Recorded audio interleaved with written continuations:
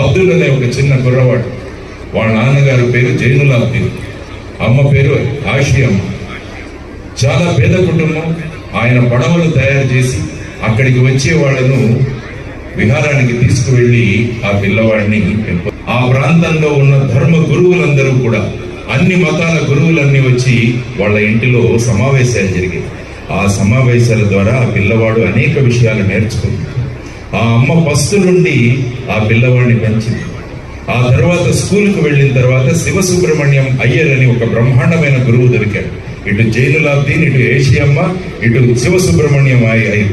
వీరి యొక్క కలయిక వల్ల అబ్దుల్ అనే కుర్రవాడు డాక్టర్ ఏపీజే అబ్దుల్ కలాంగా మారి భారతదేశానికి రక్షణ వలయాన్ని ఇచ్చి భారతదేశానికి రాష్ట్రపతి అయ్యాడు.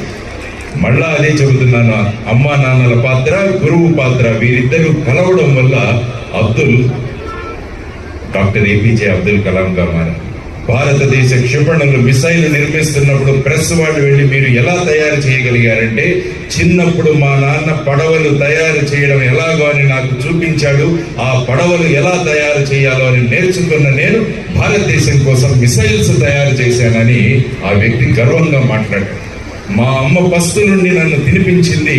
ఆ అమ్మకు నేను ఎప్పుడైనా కూడా జోహార్ అర్పించి దేశానికి సేవ చేస్తానని వింగ్స్ ఆఫ్ ఫైర్ అనే పుస్తకంలో ఆ వ్యక్తి రాశారు. ఇది తల్లిదండ్రులు, ఉపాధ్యాయుల యొక్క పాత్ర. అబ్దుల్ గానే మిగలలేదు, డాక్టర్ ఏపీజే అబ్దుల్ కలాంగా మారాడు. దానికి కారణం అమ్మ నాన్నలు మరియు తల్లిదండ్రులు. ఇలా చెప్పుకుంటూ పోతే అనేక ఉదాహరణలు మీకు దొరికాయి.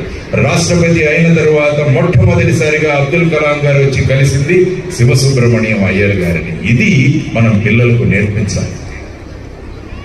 ఉపాధ్యాయులు విద్య నేర్పిస్తారు, మీరు వినయం నేర్పించాలి. ఉపాధ్యాయులు చదువు నేర్పిస్తారు, మీరు సంస్కారం నేర్పించాలి. కాబట్టి ఈ రెండు ఎప్పుడైతే కలుస్తాయో ఆ పిల్లవాళ్ళు అసాధారణ వ్యక్తులుగా మారతారు. మహాభారతం చూస్తే ద్రోణాచార్యుడు కౌరవులకి పాండవులకి కూడా విద్య నేర్పించాడు. కానీ పాండవులు ఆ విధంగా తయారవడానికి, కౌరవులు ఆ విధంగా తయారవడానికి కారణం వారి తల్లిదండ్రులు అన్నది మనం గుర్తుంచుకోవాలి. కాబట్టి my dear parents, my sincere request to all of you is try to spend time with your children. పిల్లలతో సమయాన్ని గడపడానికి మీరు ఎప్పుడు కూడా ముందుకు రావాలి అని నేను చెబుతున్నాను. మా దగ్గర ఒక ఇన్స్పెక్టర్ ఉండేవాడు, చాలా సిన్సియర్. ఉదయం 8 గంటలకు ఆఫీస్ వచ్చి రాత్రి 11 గంటలకు ఇంటికి వెళ్ళేవాడు. వాళ్ళ పిల్లలకు వాళ్ళ నాన్న ఎలా ఉంటారో తెలియదు.